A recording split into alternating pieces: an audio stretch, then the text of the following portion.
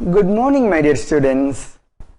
Today we are going to take up one more very important topic in plant physiology, and that is what is called as mineral nutrition. Now, what is mineral nutrition? Plants contain a lot of minerals as well as metals. See, whenever we are having some problem, we are having some problem, you would have heard the doctors are advising that you take a lot of vegetables, fruits, seeds, nuts, all these things you eat a lot, they will be telling. Now, why they tell like this? So you must be knowing that these are fruits, nuts, these are all containing lot of minerals. They contain good vitamins. So, plants contain a very good amount of minerals. Now, plants get these minerals from where? That's very important. Now, plants take these mineral mostly from the soil. Okay. So these minerals that we see in the plants is of many categories. They divide it into macronutrients and then micronutrients, rare elements, essential elements, like that many categories they are making. So we will try to discuss it in a very systematic way. This mineral nutrition is known from ancient times.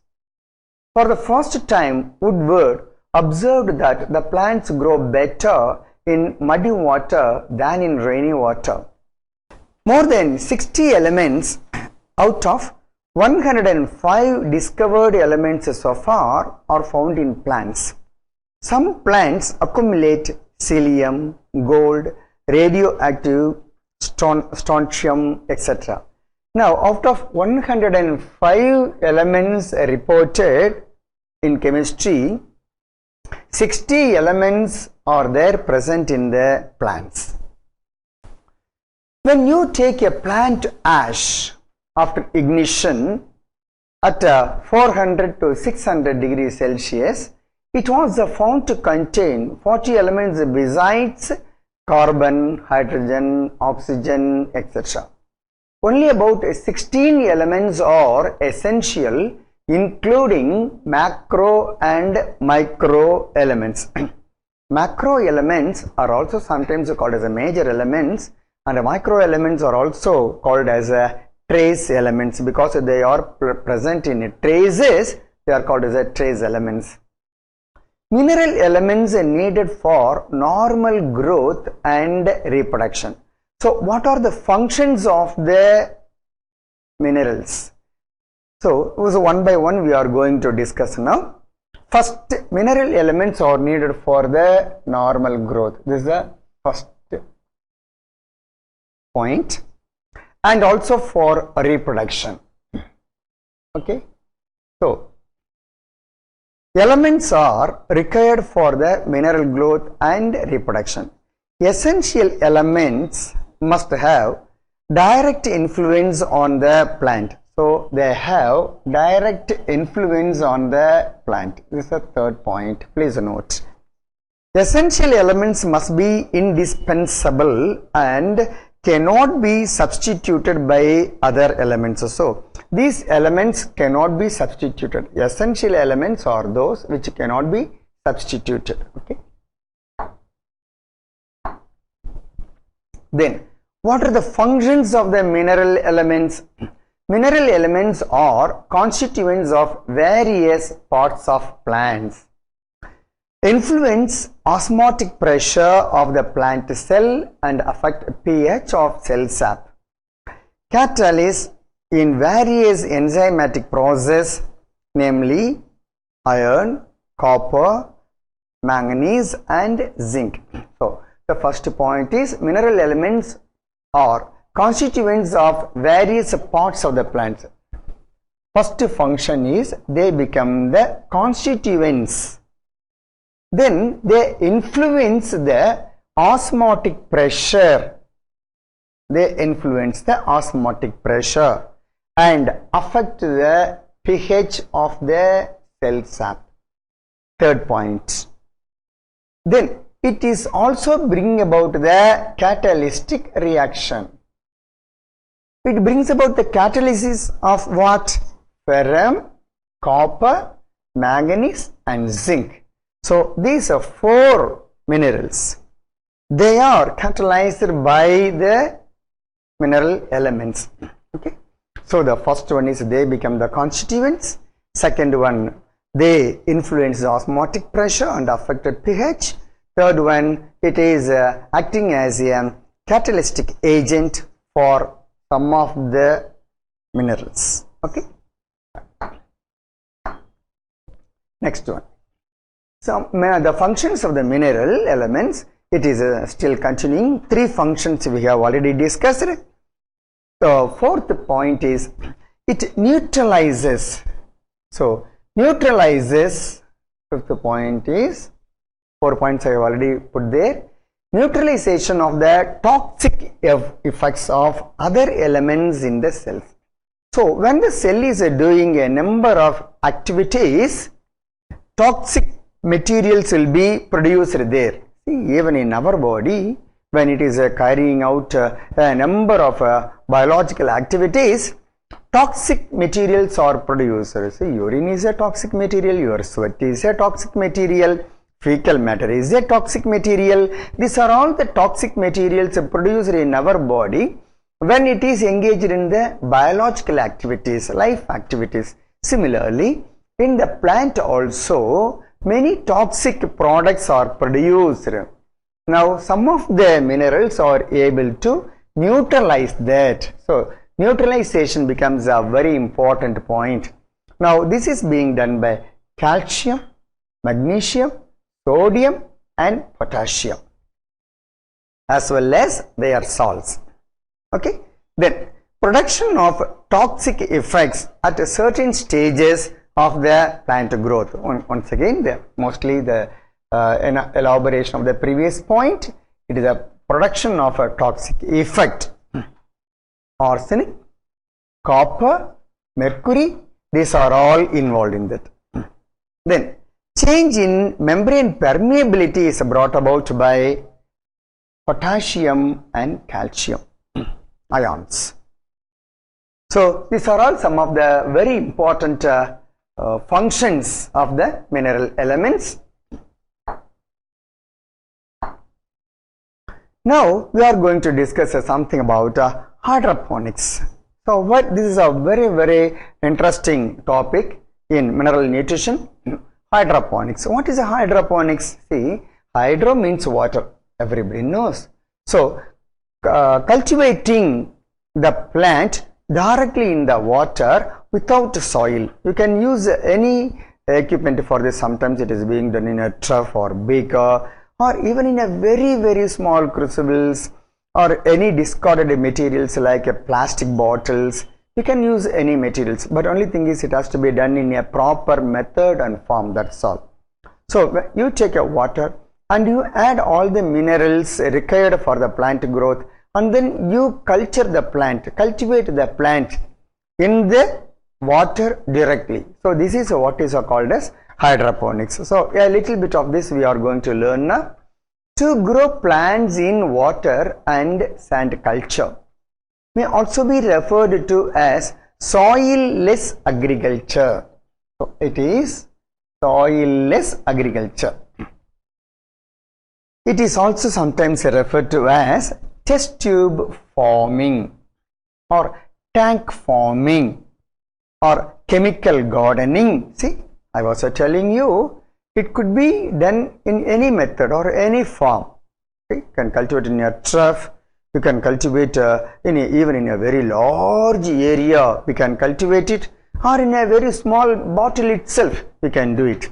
We can do it depending upon our requirement, we can carry it out in any way. So, next few slides I will show you very clearly what the hydroponics is. Now, you see, this is a way how you do the hydroponics. So here is a funnel for adding water and nutrients. Okay? And this is an aerating tube because the water has to be aerated always, and then the nutrient solution is there. So instead of the plant growing in the soil, so this will be directly growing in a vessel which is containing water. But it's not a pure water, as I was telling you, it is a containing nutrient solution. And also you will be adding the nutrition whenever the nutrition is depleted. Okay, and then of course it will be also aerated. So this becomes an aerated nutrient added water. Nutrient added water. So now this is being plucked with the cotton to prevent the unnecessary microbes entering into the system. So now this is a very typical setup of the hydroponics, a diagram of a typical setup for the nutrient solution culture. Now this is another method, hydroponic plant production. Plants are grown in a tube or trough placed on a slight incline. A pump circulates a nutrient solution from a reservoir to the elevated end of the tube. The solution flows down the tube and returns to the reservoir due to gravity. See, it is put in inclined fashion so that there will be an automatic circulation will be there. Then inset shows a plant whose roots are continuously bathed in aerated nutrient solution. The arrows indicate the direction of the flow. So this insect diagram also shows very clearly what is happening. One has been magnified here. Here you have got a pump. When this water is pumped, water flows continuously to all the troughs, and then the plants are growing.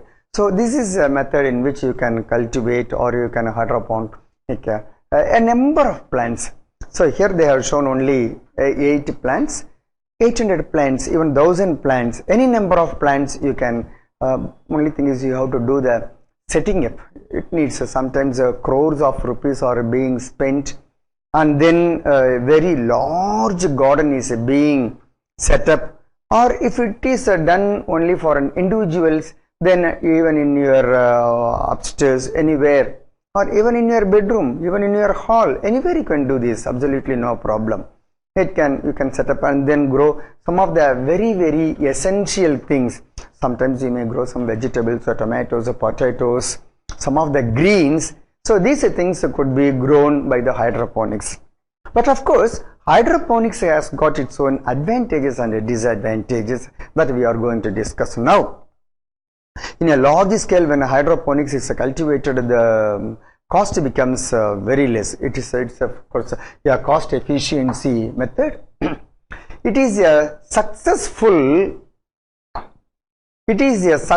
technique for commercial production of vegetables like tomato, cucumber, and then lettuce. Aeration is needed to obtain optimum growth, and also it is used to find out the essential element of the plant growth. Okay, so we have to do a little bit of preliminary work. What type of a plant you are going to culture, and what nutrient has to be added in what proportion. Everything you should know. Of course, books are available for hydroponics. Hundreds of books are there in the library about the hydroponics. Japanese and Chinese, they are very favorite for this hydroponics type of growth, and then they have found out, they have worked out a lot of things on this, and they know what minerals have to be added in which proportion for what type of plants, because each and every plant needs a different mineral requirement is there. You can't use the same type of a nutrient medium for all the plants. No, it's not possible. So what type of a plant you are going to cultivate, you have to decide, and then you have to do a little bit of a home task, and then you have to set up a hydroponics for that. So it is a successful technique for the commercial crops like a tomato, cucumber, and lettuce, as I was telling you. Now what are the advantages? It provides a desired nutrient environment. Then maintenance of acid-base balance. Okay. Then mulching, changing of soil, weeding, these are all eliminated. See, these are all cost consuming process in agriculture. For mulching, changing of soil, for weeding, for example, say for weeding in the case of your kitchen garden or that you are maintaining in a terrace, it's very easy. In a Sunday you can go and then you can do it all by yourself. But weeding, if you are going to done for 2 acres or 3 acres of land, then you have to employ the people. It involves a lot of cost. For example, changing of the soil for about 300 parts or 200 parts that you are maintaining, it is you have to labor somebody else and you have to pay for him. Mulching is also like that. For all these things, when it is done in a large scale, say for about 8 acres or 9 acres or 10 acres, then you have to employ people. You can't do all by yourself. So cost wise it is a very money consuming process. Okay. So mulching, changing of a soil, weeding, these are all eliminated here in hydroponics. Proper aeration of the nutrient solution is done. So no labor for irrigation also, it's all done by machines. You have to set up the whole thing and then finally it takes care. No tilling is there. So this cost is also beneficial for us. But of course, it has got some disadvantages also. What are the disadvantages? Limited production. You can't carry it out and get the same amount as it is being done in a 5 acres or a 10 acres of land. Particularly some of the commercial cereals like a paddy, wheat, sugarcane, all these things cannot be cultivated by the hydroponics. No, it's not at all possible. Vegetables can be successfully done. So it has got its own limitations. It is suitable only for certain crops. I have seen hydroponics where tons and tons of tomatoes are being cultivated, particularly cucurbitaceae members, cucumbers, then chow, all these things are being cultivated very successfully by the hydroponic techniques. And then brinjal also I have seen in a particular area, in a particular hydroponics area where they are doing this, hundreds of kilos of tomatoes and brinjals are being cultivated every year. Okay. Then technical skill required to design the equipment. So a normal farmer, a normal laborer can't do that. It involves a little bit of sophisticated, and then only some learned people or people who have taken some technical practice in this, then they can alone do that, because you have to add the micronutrients and other nutrients in a very highly calculated, precise way. You have to do the aeration by machines. All these things are there. So it cannot be done by a normal layman. That's another disadvantage. Now, coming to the macro or major elements, they are required in macro or major elements we are studying now. They are the elements required in large amount. That's why it's called a macro element. Macronutrients are present in large quantities, that is in excess of 10 moles per kilo. When it is exceeding this limit in a dry matter, you are going to call it as a macro element. See, when you divide the element into a macro element and a micro element, even though you say that a macro element is needed in a large quantity and a micro element in a small quantity, but there should be a measure for that. You should be able to scientifically do it. You can't just do it, this is in a large amount, this is needed in a small amount. You can't tell like that, because whatever somebody calls it as a large may not be large for other people. Okay, so it has been defined as 10 moles per kilo. If it is exceeding this value, in a dry matter, then you are going to call that as a macro or a major element. Then there are 9 in number: carbon, hydrogen, oxygen, nitrogen, phosphorus, potassium, calcium, magnesium and sulfur. So these 9 are referred to as macro element. They form integral part of a complex organic molecules, and some keep in for functioning of enzyme system. They are the sources of soil, air, atmosphere. So they are the points that you have to note down from this slide is: macro elements are 9 in number. They are carbon, hydrogen, oxygen, nitrogen, phosphorus, potassium, calcium, magnesium and sulfur. Please note down that. Okay. Now each one is derived from which source? A little bit of information I am giving to you. Carbon is got from carbon dioxide. Oxygen is derived from carbon dioxide.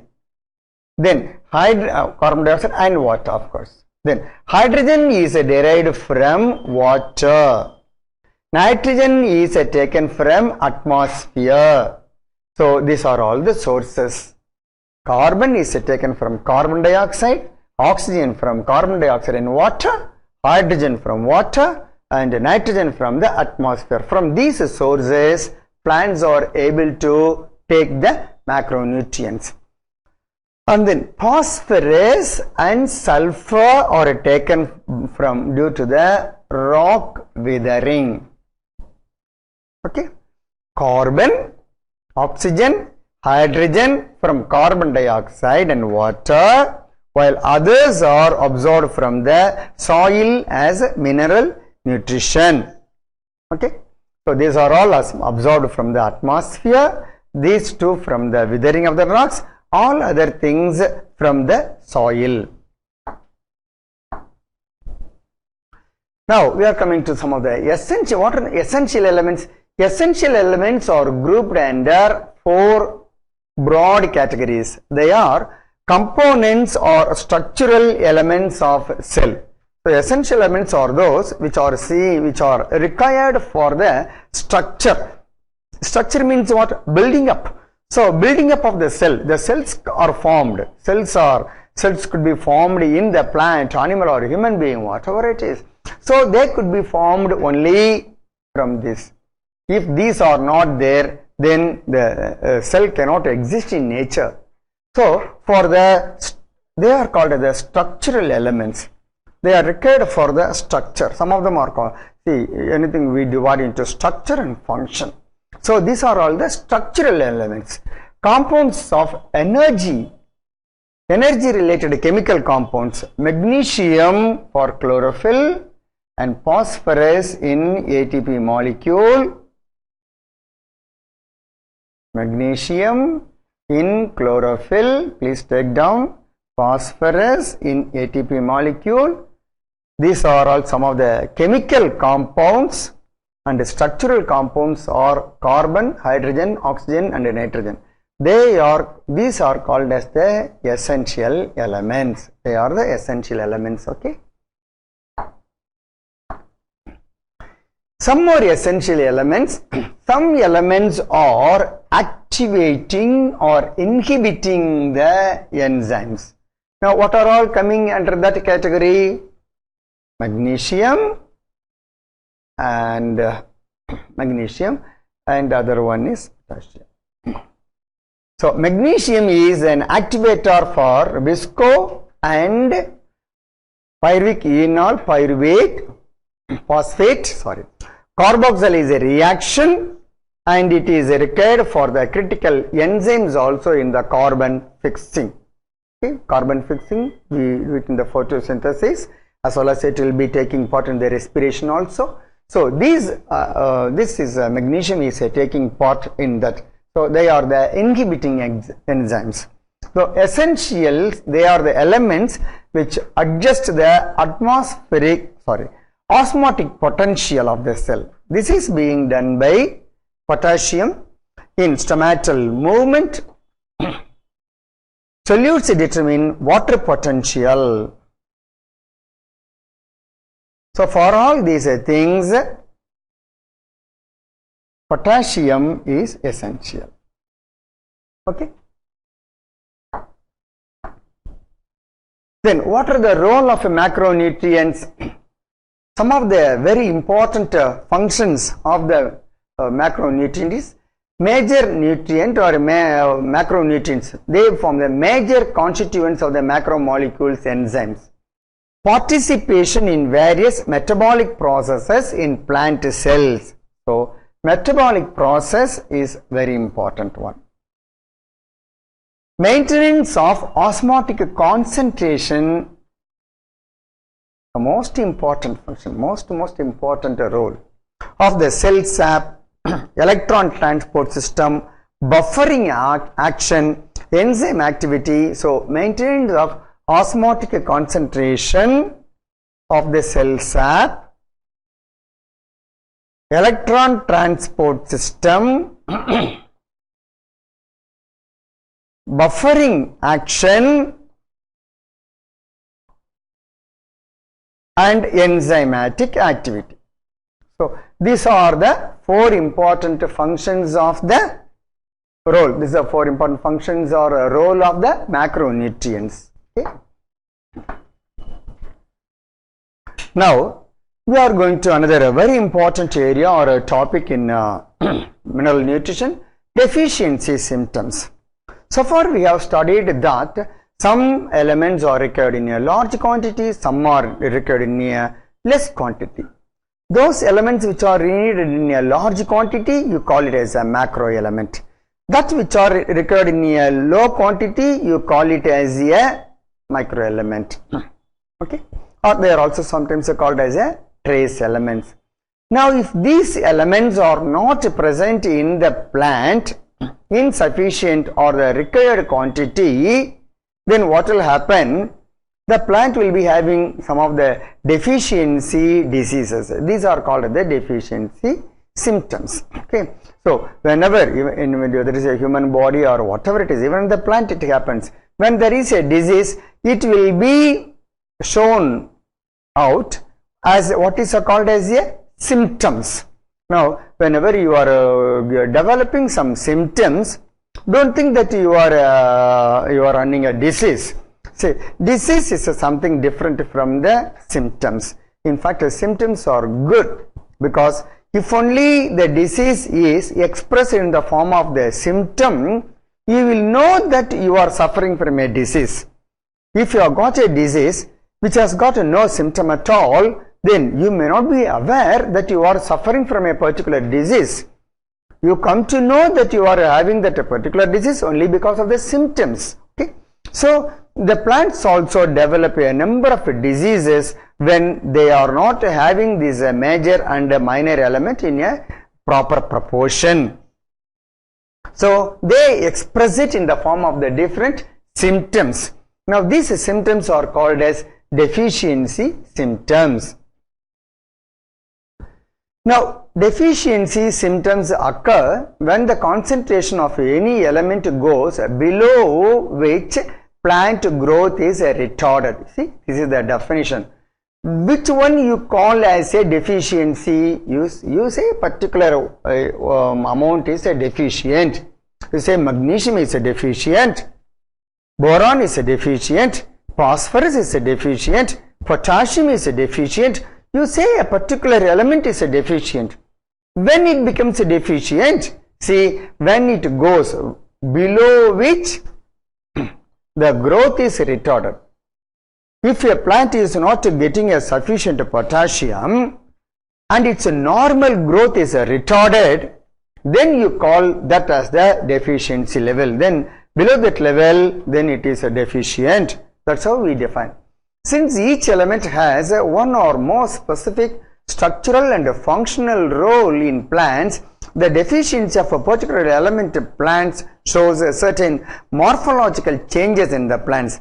These are called as deficiency symptoms. Deficiency symptoms vary from element to element and they disappear when their deficient nutrient is supplied to the plant. Exactly. You also have some deficiency in your body.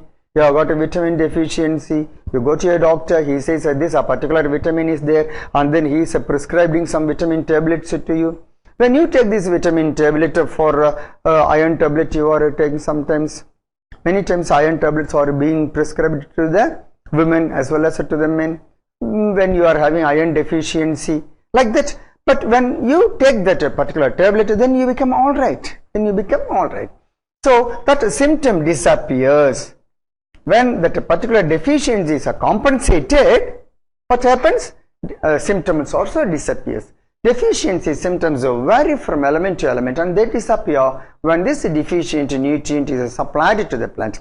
Depending upon the first appearance of the deficiency symptoms, the two types of mobilizations are found. First one is what is called as active mobility. In those plants with the first deficiency symptoms in the older parts, that is what is called as senescent, the elements are actively mobilized and exported to young parts developing tissues. In case of nitrogen, potassium, magnesium, these biomolecules containing these elements are broken down, making them available for younger tissues. That is active mobility. Now, immobility. In those with the first deficiency symptoms appearing in young tissues, the elements are relatively immobile and not transported out of mature organs. Elements like sulfur, calcium, structural elements are not easily released. So, certain cases immobility comes and free mobility is not at all possible. Sometimes it is getting degraded and then it is mobilized to the younger part. Sometimes it may not be possible. Multiple symptoms are caused by one element and that same symptoms may be caused by the deficiency of more than one element. See, sometimes different diseases may have the same symptoms, or one disease may have many symptoms. These are all possible. For example, I can make you to understand at this point very easily to you. For example, you are developing some sort of a headache. One thing you have to understand is this headache is not a disease. Headache is not at all a disease. It is only a symptom. Some problem is there in your body and that is expressed in the form of a symptom. So it could be a minor disease, it could be a very serious disease, it could be anything. For example, if you are overeating, sometimes when you are going to a function, you are overeating, sometimes even this develops a headache. If you have got some problem in your eyes, then also you get a headache. So headache is developed in different forms and sometimes people will have even brain tumor, very dangerous disease.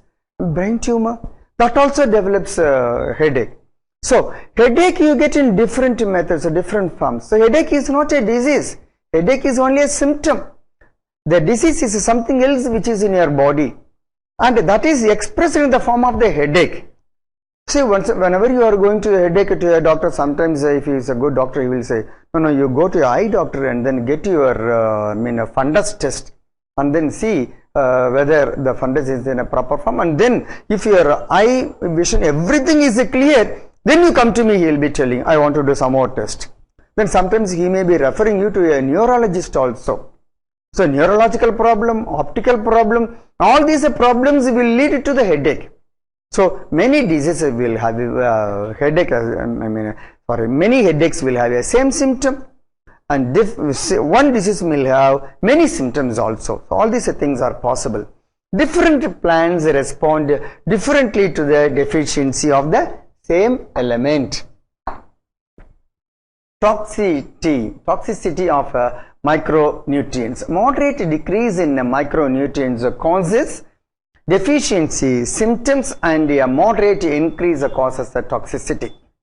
Optimum concentration is a narrow range of critical concentration. Any mineral iron concentration in tissues that reduces the dry weight of the tissues by about 10% is toxic. Please note down this 10% below. That reduces the dry weight of tissues about 10% is toxic. This will vary among different micronutrients of plants, so that cannot be taken as a yardstick. It sometimes varies. It is difficult to identify toxicity symptoms directly, because when you are working out on a particular disease, then you have to find out a particular toxicity. So there is no a common measure for all these things. One who is specializing in plant pathology, a particular disease, they will be studying about the different toxic level for different elements in different plants. As I was telling you, the same element may be showing different deficiency symptoms in different plants. Same element. Okay. So it differs from plant to plant. And it's only an experience, I can say. The experience shows you how you can learn more about this. Now we are going to study one after another deficiency symptoms of one element after another. I'll go a little bit faster hereafter, because it's all, I'm going to show some photography also. Just by seeing the photographies, you can very easily understand what will be the deficiency symptoms and other things. Now, first one is nitrogen. Essential nutrient required in greatest amount. This is the greatest amount. Nitrogen is the major element present in the human body as well as in the plant body. It is absorbed mainly as a nitrate, nitrite, and then in the different substances, other forms of the nitrate salts also. It is particularly required by growing tissues. It functions. It is one of the major constituents of the proteins, nucleic acids, vitamins, coenzymes, and ATP hormones. ATP and hormones. Now you understand why it is present, required by the plant in a greatest amount, because it goes in all life activities. What are the deficiency symptoms? Stunted growth. What do you mean by this? Stunted growth means small, very short. The plant will become very, very short in its size. Chlorosis. What do you mean by this? The loss of chlorophyll pigment is called chlorosis. Reduction in flowering. You know the meaning of this. Reduction in flowering. What do you mean by that? The number of flowers will be reduced. Decrease in protein content. So when it is a protein producing plant, for example, many pulses are very, very rich in protein. And when you take a diseased plant, diseased by the deficiency of nitrogen, then protein amount will not be to the desired amount. So decreased protein content and change in the pigmentation pattern. So these are all some of the deficiency symptoms. You see, this is a diagram image of a plant which is suffering from the nitrogen deficiency. This is called a chlorosis. Complete chlorophyll is gone and the color is developed. This is, you see, all these leaves completely it is gone. Chlorosis. Chlorosis is the loss of pigmentation. So nitrogen deficiency results in mainly in the chlorosis. There's a lot of the chlorophyll go and the plant will the leaves will look yellow in color, and this may happen in the margin or it may complete leaf will change. It all depending upon how much of nitrogen the plant is experiencing the deficiency. Then now comes the phosphorus. It is present in plasma membrane, nucleic acid, nucleotides and many coenzymes. Functions. It plays an important role in energy metabolism.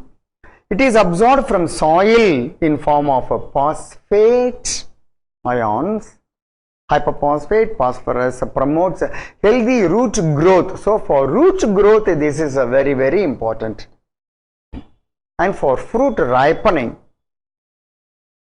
it is required for all phosphorylation reactions. What are the deficiency symptoms? loss of older leaves, growth reduction, increase in phosphatase activity, then accumulation of carbohydrates in some plants such as soybeans. So these are all some of the symptoms. Then potassium. It is absorbed as potassium ions required in abundant quantities in meristematic tissues. So they are required in meristematic tissues. Buds, leaves and root tips. You will see they are all required in mostly tips, meristematic regions. It helps to maintain anion and cation balance in cells and involved in protein synthesis, stomatal movement, activation of enzymes and maintenance of cell turgidity. No structural role it accumulates in the older leaves. What are the deficiency symptoms? Downwardly curved leaf tips, mottled chlorosis, slightly modified version of a chlorosis, development of a chlorosis at leaf tip and margin, and internode shortening and stunted growth. So these are all some of the symptoms of the potassium deficiency. See, this is the image showing you the symptoms experienced by the plant. As it was told, margin, in the margin you lose the chlorosis, so marginal chlorosis. Here also we are able to see it very clearly, and the color changes, many times the color changes. So these are all due to the potassium deficiency. Okay. Now comes calcium. It is absorbed in the form of calcium ions. It accumulates in older leaves. What are the functions? Synthesis of cell wall, middle lamella, and then the calcium pectate, middle lamella, which is accumulating the calcium pectate. Formation of a mitotic spindle and activation of certain enzymes and a regulation of metabolic activities are the functions. What are the deficiency symptoms? See, carbohydrate metabolism is inhibited.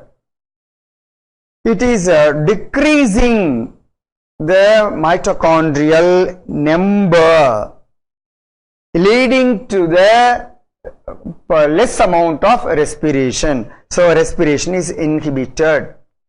Death of leaves and root tips. Then retardation of a meristematic activity, brittle to the rigid cell wall. So we have already studied that it is present in the tips. So wherever it is not present, the root tip will be affected, mitochondrial number will be affected. So these are all some of the symptoms. Now comes the magnesium. It is absorbed in the form of divalent magnesium. It is a constituent of a ring structure of chlorophyll. You know, when you just study the structural formula for the chlorophyll, you would have seen the magnesium in the center at the top. Activation of an enzyme, there is a respiration, involvement in a synthesis of a DNA and RNA, vital role in carbohydrate metabolism are the very important functions. Then it is doing the phosphorus carrier, activation of enzymes, and then deficiency symptoms. What are the deficiency symptoms? Intervenal chlorosis. Intervenal means between the vein you will get the chlorosis. Intervenal anthocyanin pigmentation, colored pigmentation will be there. Necrotic spots. Necrotic means a death. Necrotic spots in very acute cases. Now comes the sulfur. It is absorbed in the form of sulfate. It is the main constituent of several coenzymes. vitamins and ferredox. It is present in 3 amino acids, namely cysteine, cystidine, I think, and then methionine. It forms sulfonyl group in many enzymes. Important role in the respiration is one of the important role in respiration. It is a constituent of a 3 amino acid. See the deficiency symptoms. It is inhibiting the protein synthesis, chlorosis in younger leaves, and decrease in stroma, lamellae, and increase in the grana in the mesophyll of the chlorophylls. Okay. The leaf has become completely, totally yellow in color. Okay. Now comes the micro or the trace elements. Now what are the macro and micro elements? Nitrogen, phosphorus, potassium, sulfur, calcium, magnesium. These are all the macro elements. Iron, manganese, copper, zinc, boron, chloride, molybdenum. These are all the examples of the micro elements. Micro elements, the first element is iron, the ferric iron. They are required in larger amounts. Of the micro elements, this is the one which is required in larger amount. It is an important constituent of a protein involved in transfer of electrons like ferredoxin and cytochromes.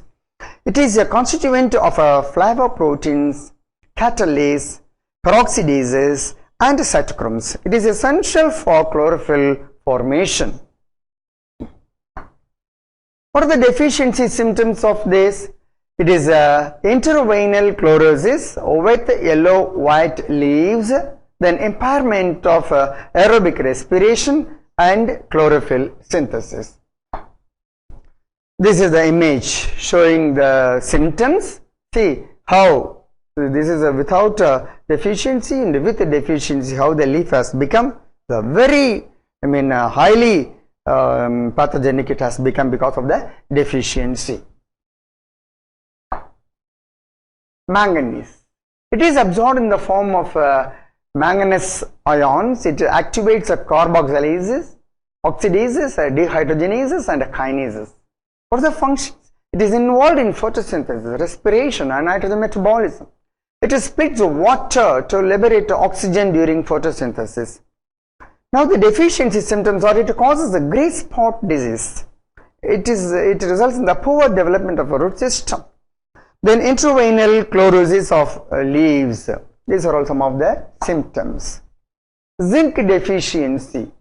Now, zinc is involved in the functions of a synthesis of indole acetic acid, which is one of the growth hormones, by activating the tryptophan synthetase.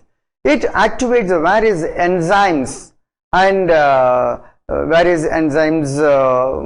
alcohol, dehydrogenase, etc. The deficiency symptoms are distortion of a plant growth, very small leaves, and a little leaf disease. This is also sometimes called as a little leaf disease, which is in the rosette. Rosette means a rose-like. The leaves will look like the petals of the rose. Intraveinal chlorosis. So intraveinal chlorosis, you will be seeing this as a symptom for many of the deficiency diseases. As I was telling you, many diseases will form the same symptoms. So these are all the, this is the image of the zinc deficiency. The normal leaf, the leaves with the deficiency that I have shown to you. See how the leaves have become. Copper, it is absorbed as cupric ions. Copper forms the a component of phenolases and triosinases. Copper, it is a constituent of the plastocyanin, plays a role in the photophosphorylation. It maintains the carbohydrate nitrogen balance. It involves in overall metabolism. It is associated with certain enzymes involved in redox reactions, and it is reversibly oxidized from copper. Deficiency symptoms. dieback of shoots in plants such as citrus. Then exanthema disease causing the yield of gums on bark. Reclamation disease in plants of reclaimed soils where seed formation is affected. Boron deficiency. It is absorbed as a borate. Now, the functions of boron is required for uptake and utilization of calcium membrane functioning, pollen germination, cell elongation, cell differentiation, and carbohydrate translocation. It plays a role in nitrogen metabolism, hormone and fat metabolism. Deficiency symptoms are it causes brown rot disease in the beetroot. It causes a leaf to curling disease, and it becomes brittle in nature. Premature fall, another very important symptom of the flowers and fruits.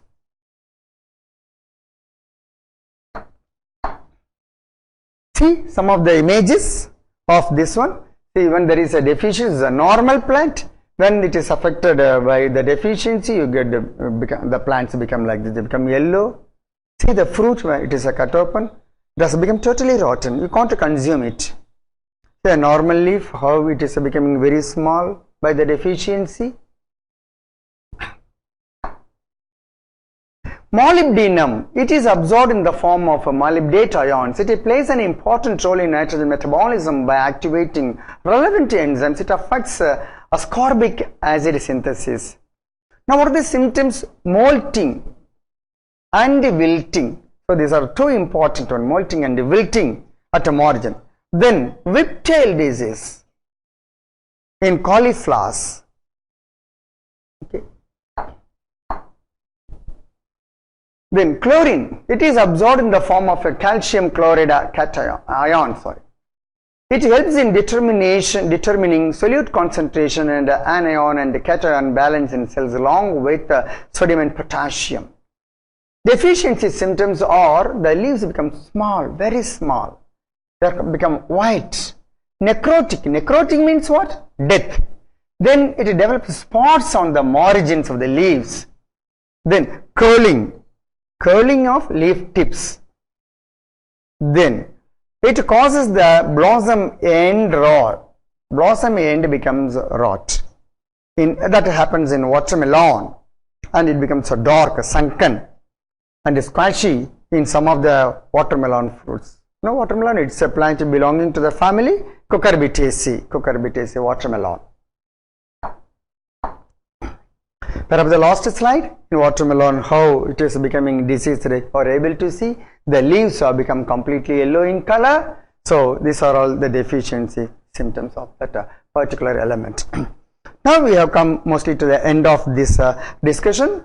Now in this class, I am just going to recap what I was discussing to you. The minerals are required by the plant in a particular amount for the plant. They are divided into two, namely the macronutrient and micronutrients. Macronutrients are those which are required in large amount. They are in 9 in number. Micronutrients are those which are required in smaller quantities. And in addition to this, some essential elements are also there. If these essential elements are missing, whether it is a micro or macro, then the plant will not be able to survive at all. These are all what are known as the essential elements. Then we studied something about the hydroponics also. Then we came to the discussion of the deficiency symptoms. When a particular element, whether a micro element or macro element, when it is not present in the plant in a particular amount, then it leads to different type of deficiency diseases. These deficiency diseases will be expressing the symptoms. What will be the symptoms of what disease, that we have discussed elaborately in this topic. Okay. Now that completes, or that gives you a very clear picture about the topic on mineral nutrient. Now by this time you would have very clearly understood how much nutrients are very valuable for the plant, And if the plant is not getting sufficient mineral nutrition, then what will happen to the plant, that also you would have understood. So minerals are required by the plant for their normal activities and for carrying out to bear the fruits, to become the flower, to give the flowers. For everything, plants need water as well as the mineral nutrients. I think that is more than sufficient. A lot of information I have given to you for us for this topic of mineral nutrition is concerned. As usual, if you have got any doubt in this, you can just ping to me. I am just waiting for 1 or 2 minutes to clarify your doubts. And for the first years, I have got one more topic to be discussed. That we will be taking day after tomorrow. Thank you very much.